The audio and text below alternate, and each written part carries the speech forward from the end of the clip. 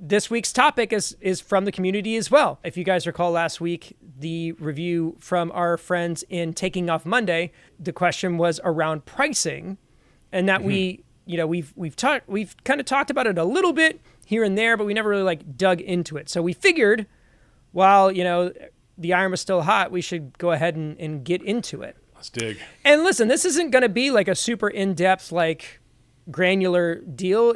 There seems to be some pretty universal truths when you start talking about compensation for the kind of work that we do. Yeah. And it's not always linear and it's not always logical, I guess, but there's tiers, and most of us have been through a few of the tiers, and then there are some tiers that are above us. And we've got folks who listen to this show that are in all of them. So, they may be able to provide additional insight for the ones that are a bit out of our purview. But let's get into it. So at the bottom level, let's start like bottom up. So at the bottom, you've got your free gigs. You've got your, I'm doing this just to get my hours in. Yeah. Necessarily, I'm not sure I even have something to offer. Yeah. Well, you got your putting in the reps gigs. Yeah. We've been a little trepidatious about this topic, about what you should and shouldn't do. Yeah. Listen, there's also community pro bono gigs. Not necessarily the same thing as a free gig. Not at all. No. Listen, my first gig back after surgery is going to be at the Porch Fest. That is not paid, but is a wonderful event. And I played it for years and years. And I'm really excited to have it be my first time out. And it's only a 45-minute set.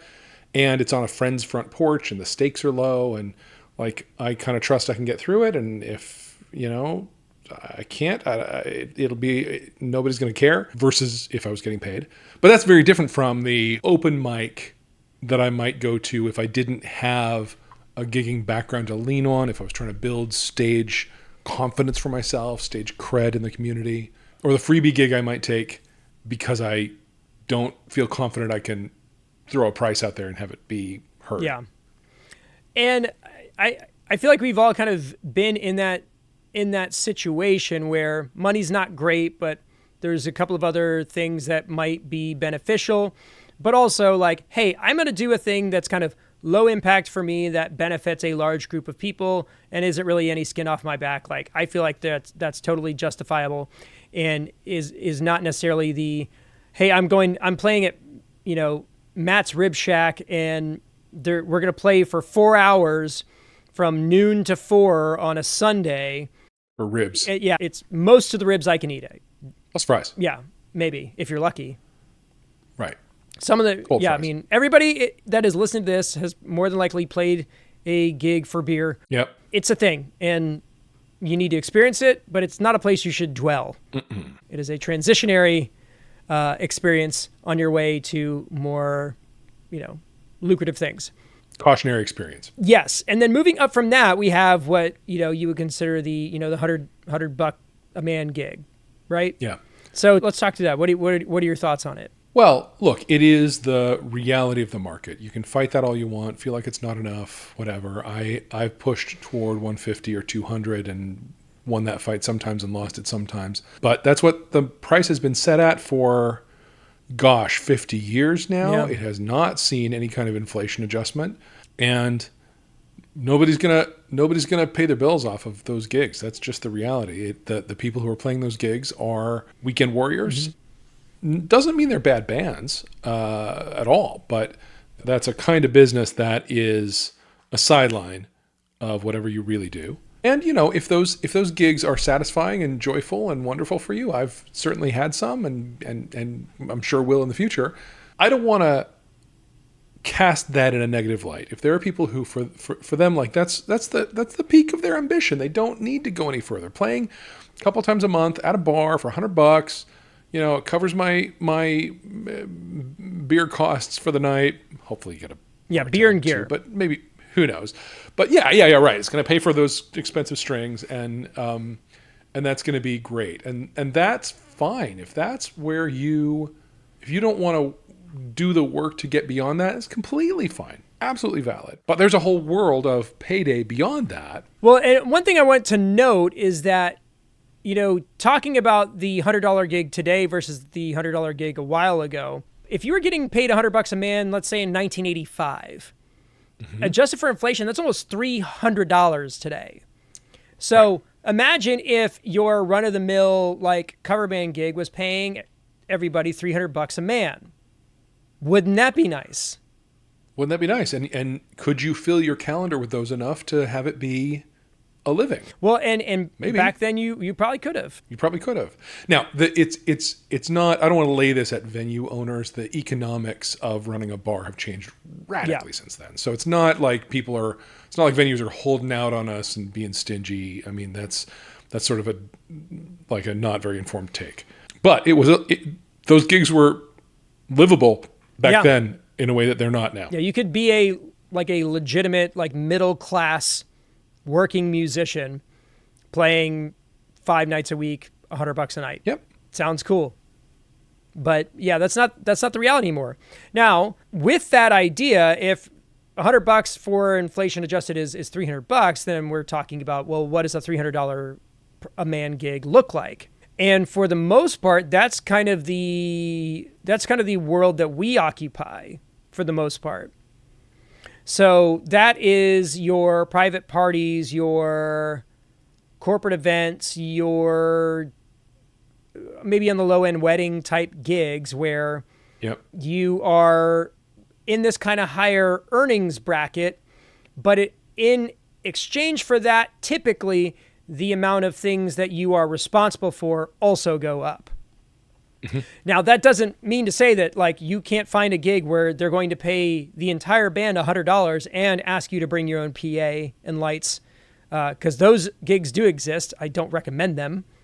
No. But in order for my band to jump into that world, it was contingent on us to build our own rig and provide our own sound and lights. Yeah, private parties are not going to have that for you. You are basically building a stage from the ground up. Yep. And that is your responsibility, and that is a reason why you are able to charge a premium for that service. Now, ironically, the bar that pays $100 a head doesn't have a PA either. But they don't care that it costs you a lot to put the show on. That's not relevant. Yeah. Yeah, for me, private parties, acoustic, I'll charge $300 to $500. Something like that. For the band, if it's the 3-piece version of it, $1,500 to $2,000. For the 4-piece, $2,000 to $2,500. Something like that. And I rarely get pushback at that price point for private parties. Yeah, I don't feel like even when we quote ourselves, there's very rare. I don't remember the last time someone was like, it costs how much? So, that either has something to do with the echelon of, clientele that are reaching out to us, or maybe just those people don't email us back and they say that in, sorry, time didn't work. Yeah. Or they just don't email it back, which is fine. Right. But no, I mean, that's customer selection happens in a lot of ways. Yeah. So typically if you're in this world, there's a lot more client provider interfacing going on, a lot more advancing. You're going to have additional things. You're going to have resources available for clients to potentially promote the show. You're going to be putting contracts together and stage plots and technical writers and hospitality writers. And you have to have a certain expertise in this field in order to be able to provide this service. It's knowing the answers to things that you may not necessarily know the answers to currently. And it's part of the reason why we sell the blank contract is that most people don't know what they don't know. And I sure didn't when I started. And it just took, 8 to 10 years of falling on my face or stepping on a rake in that sea of rakes, like Sideshow Bob, to get it dialed in. And now, contract is second nature. I sent another one out today. It requires some additional resources. It requires additional acumen. It's more businessy, if you will. It's less about the beer and the gear and having fun with your friends. And it's more about, okay, we've got a service to provide. You were very much in the service industry at that point. Yep. And with that comes the added responsibility and just, you could call it a hassle, whatever. Well, and some legal liability starts to accrue around that. Yeah, that's when you start looking at, insurance policies and LLCs and that kind of stuff, because stakes are higher. Yep. And so you have to be prepared for that. And hopefully, if you've listened to the show this long, you know what most of those things are and how to handle them. If you haven't, this is the first time you're listening, well, welcome. And you've got 370 some odd episodes to dig through to find out. Yeah. Yeah. Or you could buy Adam's blank contract and, read in it all of the things that have gone wrong ever in his career that he has now got terms around. Absolutely. Yeah. So yeah, save yourself a bit of the hassle. So yeah, I would say that this particular range is going to be from around, I'd say 1,500, maybe 1,000 on the low end, to maybe just north of $5,000. That's kind of the block that you're occupying in this world. And so it's more money, more responsibility, additional skill set required. And most of what you are doing is outside the realm of learning the parts and playing the stuff. Yeah, that's all table stakes. Yeah, it's basic, like that's just kind of, ground floor type deal. It's a given. Yeah. It's a given. But it goes without saying that a certain level of competency and preparedness is requisite for this kind of work. You can't just waltz into a situation like that and not deliver the goods, because if you can't do that, then you won't get hired again. Right. And they can smell it. Clients don't necessarily know more than you do as far as getting into this world, but there is a ground floor that you have got to be able to deliver at. There's a lot you can get away with, but there is a floor to that. Yes. So beyond that level, and this is where we start getting into the aspirational, guesstimational tier of things. Yeah. I would say is kind of your over like $10,000 and over per show deal. And this echelon is kind of interesting because in a lot of situations and in a lot of the kind of stuff that we were just covering, the amount of obligation and expectation goes down, at least for the performers. So in my world, I'm the person advancing the shows. I'm chasing down the leads. I'm drafting the contracts. I'm interfacing with the clients. I'm loading in the gear. I am performing the show. And then I'm doing all the wrapping up stuff afterwards. If you're in a band that's making that kind of money, like $10,000, $15,000, $20,000 a show, somebody else is doing all that for you. So the thing that the additional revenue gives you is it gives you the ability to delegate those things to other people who just make sure that your main job is to arrive at the show ready to perform. And getting to that level is, there's not a straight pathway to it. Well, and there are 100 pathways to it. Right. And, you know, in some cases, it could be that you are able to put together a show, a stage show that is so undeniable that you can just write your own ticket. It requires an immense amount of talent and an immense amount of time and effort to get a show to that level. And even when you get your show to that level, you can't get that payday unless you can convey that undeniability of your product to other people. So it also requires a certain amount of media and advertising and just legwork, spreading the word of what it is that you do. Yeah. And we're talking here about, for instance, big touring tribute acts. Brit Floyd, for instance, right? Folks who have years in it, but maybe not the same personnel, right? But the business has been around that long, Right. and the what they deliver is that, compelling and undeniable, that they can command that kind of dollar. But with that, they've got an apparatus around them. So Right. they have a booking agency. They probably have management of some kind. Even sure. if the band is self-managed, there's more than likely an agent. There's staff, Yep. there's people. So you've probably also got a production team, or For sure. or you. The band is not handling loading in the PA. Right. That's not happening. Right. And if you've got some sort of tech situation, like you may not even be setting up your gear. Right. And your job is literally to walk on stage, do the thing, and be done with it. Right. Which, I mean, it's the cream dream, really. Just Yeah. like somebody else does this for me. Awesome. Where do I sign up? Yeah. And the paycheck is like on the high end. Yep. Great. Yeah. Now you're like you mentioned, you're definitely splitting the pie with the pie's got a lot Yes. more slices, Sure. but it's a much bigger pie. So you're still probably coming out ahead. No, you make the pie higher. Yeah, and on a related note, these things always come back to our friends that we know, Mike and the Pork Tornadoes.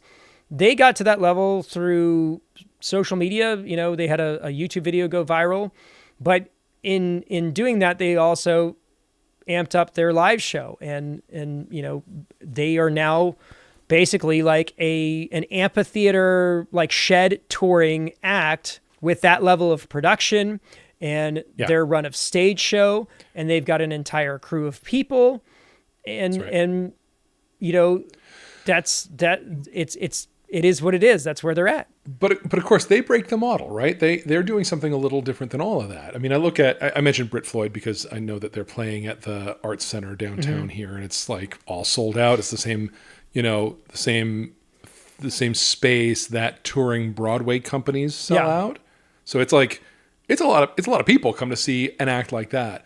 That's not what Pork Tornadoes is doing. They're four-walling. Yep. They're establishing their own events. They're selling their own tickets. They are handling the cost of the rental of the space and the payment of the team and all of that. And it that's the business for them. They're not booking a gig. They are throwing an event. Yes. It's a whole different kind of business. Yeah, it's an interesting lane of work to be in. I was watching an interview with Joe Bonamassa, actually, and he got into the business of doing this years ago.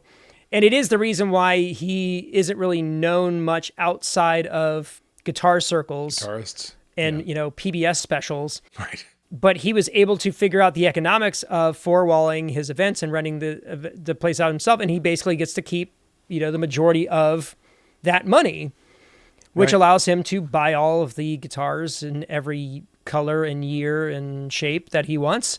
And it is a very lucrative way to make a living.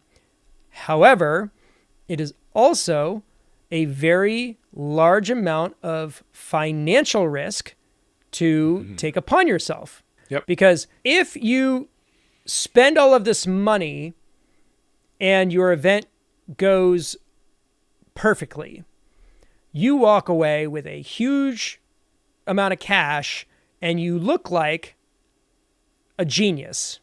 If that doesn't happen, you are probably financially destitute, because the amount of upfront cost for that kind of gig is astronomical.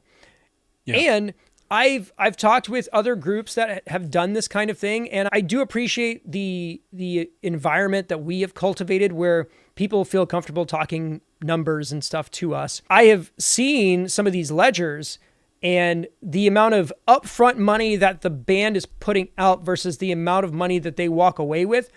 I have seen some of these scenarios and I'm just like, I don't get it. Yeah. Because it's not like they're not getting paid really, really well. But if you think about the amount of risk and the amount of potential things that could go wrong, and I look at the 5, 6, 7-way split that they all go home with, I was like, ugh, I don't know if it's worth the ulcer For that I sure. would, generate Yeah. planning it. The times that I have played, and I've never done it as a band leader, I've done it as a side guy, at ticketed events in venues. What happens at the end of the night is the venue manager walks up to you with a piece of paper that lays out, here are the number of tickets that were bought. Here was the revenue off of that. Here are the 20 lines of expense nibbling away at that revenue. And here's the bottom line. And the original band I was playing with for some time, we did a few of those. And yeah, the split at the end was $12, something like that. And that was fine for this band. Nobody was hoping to pay their rent off of this gig, I think original bands going to deal with that a lot more than folks mostly in our space. Yeah. But compared to then, that was Friday night, Saturday night. I'm going to get $100. Yeah. It's a whole different kind of thing. But I'm getting paid, 5 times that much for, was that 5 times the work? No.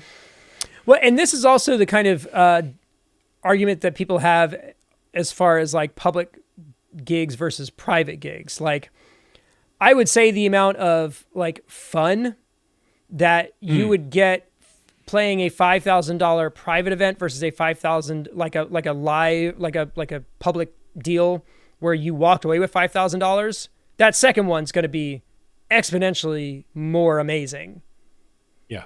The sheer amount of people and the enthusiasm and the energy is going to be much, much higher on the second one than the first one.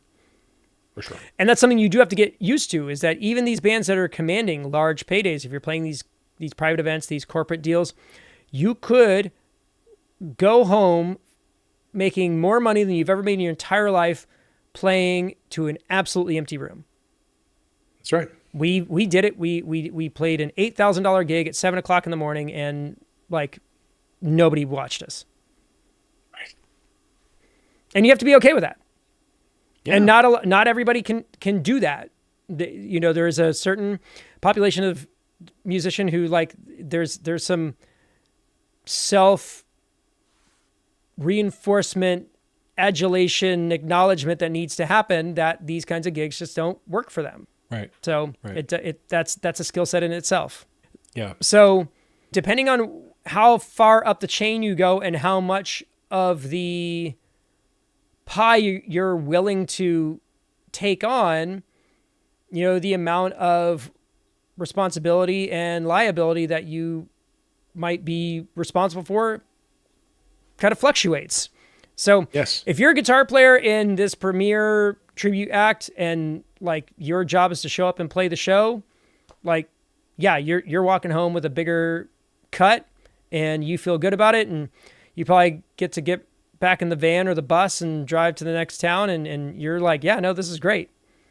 Or you could be the person who is running the show and, losing sleep every night because you're not sure if you checked all the boxes and whether or not you're going to play to a packed house or you're going to lose your shirt that night. So right.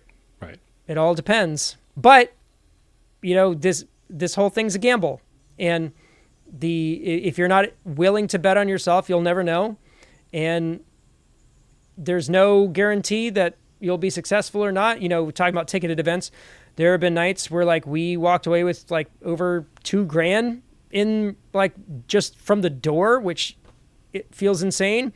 And yeah, we've also done that. Everybody gets $12 kind of deal. So when you're kind of looking through these things, you just have to kind of figure out where you feel comfortable, because like we said, there's this whole spectrum of gigs that are available to you. And on one side of the chart, maybe on the lower end, there are exponentially more opportunities. And you could fill your calendar with one of these every single night of the week. And as you go up the chain, the amount of opportunities go down, but the potential upside goes up. So you have to kind of find the amount of risk you're willing to take on, the amount of turning opportunities down based on price that you're willing to do, the amount of possibility that nobody shows up or you play to an empty room and still get paid that you're comfortable with. There's a lot of factors here. Yes. And there is no right answer. There's no silver bullet. There's no direct path. It's just whatever situation you land yourself in and how you want to proceed.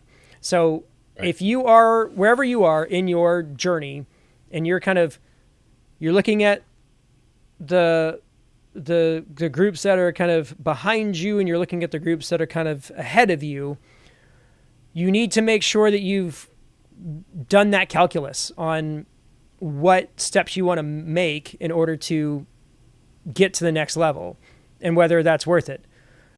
Yeah. You know, we've kind of vacillated on that idea, but in reality, like we kind of like this kind of mid-tier world where, you know, we might get to go to a cool venue and, you know, they'll take care of us and we'll have a good time and we'll meet some cool people. But we're not necessarily aspiring to get a full-time agent and play 10 shows a month year round. Like that's not what we're looking for. And I've definitely thought about the whole four-walling possibility, but haven't really found something that it felt like it was worth putting up the capital to do it. Yeah.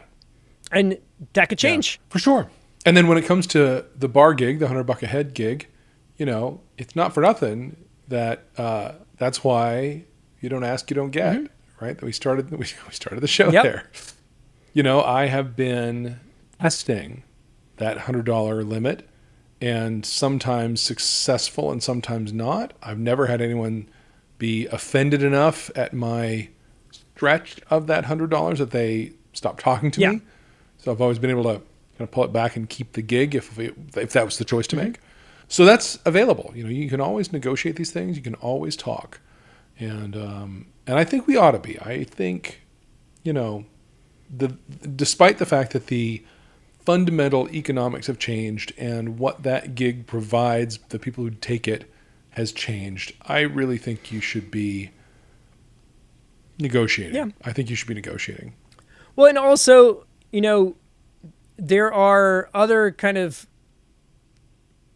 equations or ways to kind of look at things. We don't play a lot of bar dates or club dates, but, you know, in this particular season, we need to start looking at those a bit more because, you know, we've always kind of viewed those as a sales funnel because if you 100%. play a bar gig for a lower payday, you might be playing in front of a couple hundred people that may have needs outside of this venue for live music. Yes. And so there is almost always an upside to taking a lower paying gig with a high potential audience because it could parlay itself into additional opportunities down the road. We were playing a private party. It was an oyster roast at a multi-purpose sort of commercial residential restaurant, sort of a whole rebuild of what was an old vintage textile mill. Okay. Right. So it turned into condos and lofts and also some pretty upscale restaurants. And we were playing one of their social events. And I was running around with the mic, you know, wireless, being weird. And there was a couple standing at a high top table drinking and watching us and engaging with us. And they were really fun. And I noticed they didn't have wedding rings on. And I said on mic, "We play weddings. Just say it." And it turned out that those two, whose names are Mike and Sarah, became like regulars, came to all of our stuff, and did hire us to play their wedding. There you go. But that was the first time we met them. And you know, it was like, I kind of took a shot there saying, "I want to play your wedding." Not in so many words, but yeah, kind of.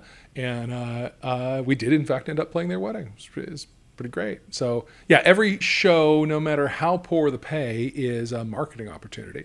Yep. And we have stories just like that. You know, we'll play something and then it'll end up parlaying into something else. And by making yourself available and just being easy to work with and delivering a good product, we've been able to sustain our entire business off of word of mouth and not really a lot of budgeting around that. So at the end of the day, the thing that you've got to start with is you got to start with making sure that you have a good product. Yes. From there, all of the other stuff kind of kicks in. So that's what you got to figure out.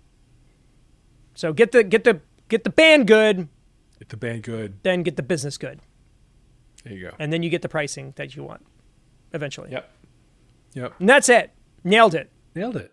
What more is there to say? Probably a lot. So if we left stuff out or if we completely borked this, let us know about it. Coverbandconfidential@gmail.com. Leave a comment on the YouTube video that is eventually going to come out from this. We know what we know, and we can only speak about what we know, and everything else we're just kind of talking out of our rears. I guess. Yeah, that dark glass video. People seem to think that we shouldn't have said any. We shouldn't have even mentioned it. How dare I? How dare we? How dare you? Yeah.